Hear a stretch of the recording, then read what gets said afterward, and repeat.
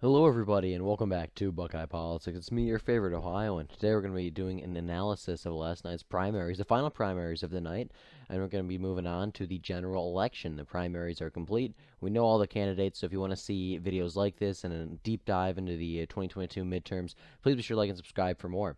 So, with that, let's get into the New Hampshire Senate primary in the state of New Hampshire. Obviously, incumbent Democrat Maggie Hassan won handily, only losing a single township. It's Nashua Township.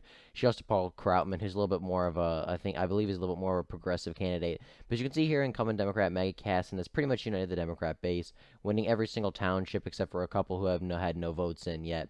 Coming down here and look at the Republican primary, this is the big one. We had retired General Don Bolduc, who is, like I said, a retired general. He was the more MAGA, I guess you'd say, America First candidate, although he has some questionable policies and things such as foreign policy. In the past, he's called on the United States to get involved in Ukraine, and some of his stances are just not very good for a state like New Hampshire, which is a more libertarian-leaning state, a little bit more moderate on the issues. However, that said, he is still a good candidate, and I do support him in the general.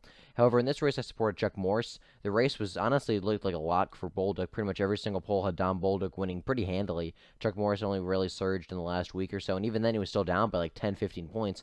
And Chuck Morse really did very well in the southern part of the state, in the suburbs of like Manchester and kind of near the Massachusetts border and the coast.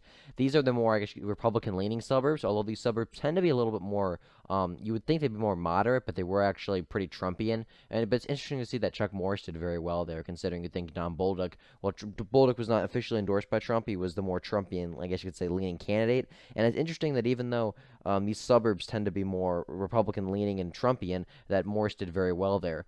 The rest of the state is more pretty much libertarian, pretty much moderate, a Rockefeller Republican type. And Bolduc did pretty well, actually, in places like Laconia, and then Morse did pretty decently kind of in the northern part of the state. But a lot of these areas like Richmond, Brookline, Lindenburg, New Boston, a lot of areas sort of in the more libertarian parts of New Hampshire, Don Bolduc did well. And so New Hampshire is just a really cursed state politically. It votes crazily. No one can poll New Hampshire. No one understands how they vote.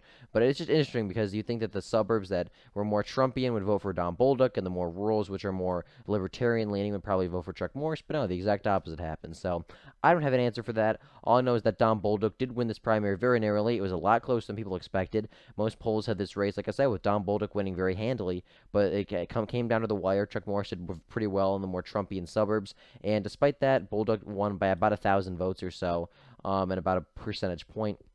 There's probably a little bit of votes outstanding. I expect Bolduc to probably gain a little bit more over Morse, probably win by about 2 points. But still, this was a very competitive race, and really, I don't really have an explanation why, other than Chuck Morse ran a very good campaign. He was blitzing the state. He was really getting out there and campaigning, and so I guess his grassroots campaign helped him out a lot. But yeah, Don Bolduc is going to be the Republican nominee. If for Senate, he's going to take on Democrat Maggie Hassan. And this is a race that Republicans have their eyes on. It's certainly possible we pick it up. I think it's going to be very difficult to do so because, like I said, New Hampshire is a little bit more libertarian leaning. They're a little bit more moderate. And Don Bolduc is more of a Trumpian candidate. But then again, Trump did come very close to winning New Hampshire in 2016. And it's going to be a Republican favorable environment. So we'll really just have to wait and see how the polls show the race. Because the polls do show the race relatively close. And Bolduc, the primary is more competitive than I expected, so I'm a little worried that there may be some Chuck Morse voters who are more moderates who may be like, you know what, we don't want to vote for Don Bolduc. But then again, Bolduc did pretty well in the areas that tend to be more moderate, so I have no idea what's going to happen. Bolduc is a very good candidate. Like I said, I did support Chuck Morse, but I do support Don Bolduc now. I think he's a great candidate nonetheless, and I do think he's going to be a great senator if he manages to win. Like I said, I just don't really understand how he has a path to victory. It's there, just I have no idea what the coalition will be. I don't know how he would do it, but based on New Hampshire's being a very cursed state politically and how it's voted in the past, he certainly could win. Now we're going to look at the governor race. Pretty much as expected here. Incumbent Republican Chris Sununu did very well, pretty much winning every single township. He's a little bit more of a libertarian to moderate Republican, which, like I said, New Hampshire is a pretty libertarian to more moderate leading state. He's going to go on to win an absolute landslide, no doubts about that.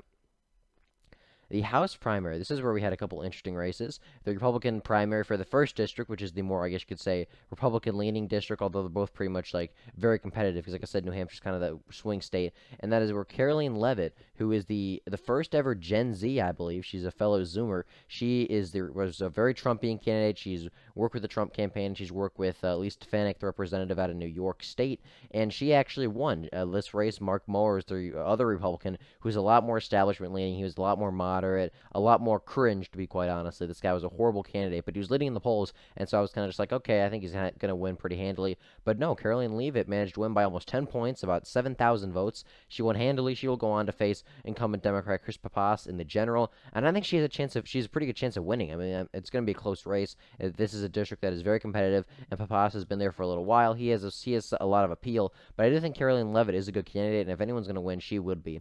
The other second district, this was a very competitive primary. This is the district that is a little bit more Democratic leaning. It's going to be a little bit harder for us to win, but it's still possible we win it. And I was very surprised that Burns, this guy Richard Burns, and no one ever heard of this guy. He came out of left field and won the primary. From what I've read, he's a pretty conservative leaning dude, so I do support him. But like I said, he's kind of came out of nowhere, so it'll just be interesting to see what the results of this race are, because this guy just came out of nowhere, really. So we're gonna have to wait and see, I guess, the results of that. We're going to go over here and let's go to Rhode Island now. There's a very interesting race that happened here, and that was the Democratic primary. So incumbent Democrat Daniel Mckee, he's the incumbent governor of Rhode Island. Keep in mind, he has not been elected. He was chosen by the former governor, Gina Raimondo. She chose him to be her lieutenant governor, and then she was promoted to a position in the Biden administration, and so thus Daniel Mckee became governor. Now, Daniel Mckee, he was never elected, and he was really kind of took a sideline position on most issues, and so really he was not well approved of. Rhode Island, inflation is at Rhode Island pretty hard, and Rhode Island just, no one really knew who he was, and so because of that, he kind of took a lot of blame, and really for whatever reason, I don't really know the exact reasons why, but long story short, Daniel Mckee was a very disapproved of governor. He is despised in Rhode Island, and because of that, a couple Democrats tried to challenge him, and the polls seemed to show that Dan Mckee was going to lose, and then the race would be solidly for the Democrats, because Rhode Island is a pretty Democratic-leaning state. That said, somehow Daniel Mckee managed to do pretty well in the, I guess you'd say, rural parts of Rhode Island and traditional Democrat areas, and the more progressive areas just didn't turn out as well, I guess. And Daniel Mckee somehow managed to win his primary with 32% of the vote. That is horrible for an incumbent. An incumbent Democrat in Rhode Island, which is a very Democratic-leaning state, can only get 32% of the vote in his own primary. That is like 70% of Rhode Island Democrats who didn't vote for you in the primary, and honestly, I wouldn't be surprised if a lot of them just don't even vote for him in the general, especially when we have Ashley Collis, the Republican nominee, who pretty much the entire GOP is united around. Republicans have united around her, obviously, and she is a pretty solid candidate. I mean, she's not the best in the issue. She's a little bit more liberal than I probably prefer, but she is still a pretty solid candidate. She is still conservative enough to win over the more rural Republican-leaning areas and do very well in the suburbs, which tend to be more working class. Rhode Island is a pretty working class state compared to states like Massachusetts and Connecticut, which are its neighbors, and the rest of the Northeast as a whole. So I do think that because Dan Mckee is just so disliked and because so many Democrats voted against him, I do think Ashley Callis has a good chance of winning. You know, she's socially liberal enough to win over a lot of these more moderate Dems, but she's also populist and has conservative on certain issues to keep the Republican base in line. And so I would not be surprised if this race gets very competitive and perhaps Republicans even win it, because I think Democrats really just shot themselves in the foot that nominated the worst possible candidate they could have. If any of these people, if Helena Bonanno Folks won, or Nellie Gorbea won, or even this dude won, if any of these people won, this race would be safe Democrat. But Daniel Mckee is just despised by everyone, Republicans, Democrats, Independents, and because of that, I think that we have a good shot at possibly making this race interesting. I really would just want to see more polls, want to see what happens, but this could be a possible pickup for the GOP. We're going to go over here and look at the House races. Not a whole lot happened here. Alan Fung, who is the former mayor of Cranston, Rhode Island, and one of the best candidates to run in Rhode Island in a very long time. He's done a great job of getting the Republican grassroots support out in rural parts of Rhode Island, and he's really done a good job of making the state at least halfway competitive. Rhode Island's not a competitive state, but if it does become competitive in the future, part of that is because of Alan Fung just doing a great job campaigning for the GOP, and he's lost 2 elections previously for the governor race, but in those races he's kind of united the Republican Party in Rhode Island, and he's made enough name recognition for himself that when he ran for House, which he's doing now, he is looking like he's going to win this race. I really hope he does. He's a good candidate, and as of now, I think I want to see more polls, but I think he has a good shot at winning. Now, the only other state we're going to look at is they don't have Delaware. Delaware is not there, so we're going to end this video here. Actually, not a whole lot to say really. Really only 2 primaries. The primary season's wrapped up. We're going to be pushing forward into the general election. I do hope you enjoyed this video, and if you did, please like and subscribe for more.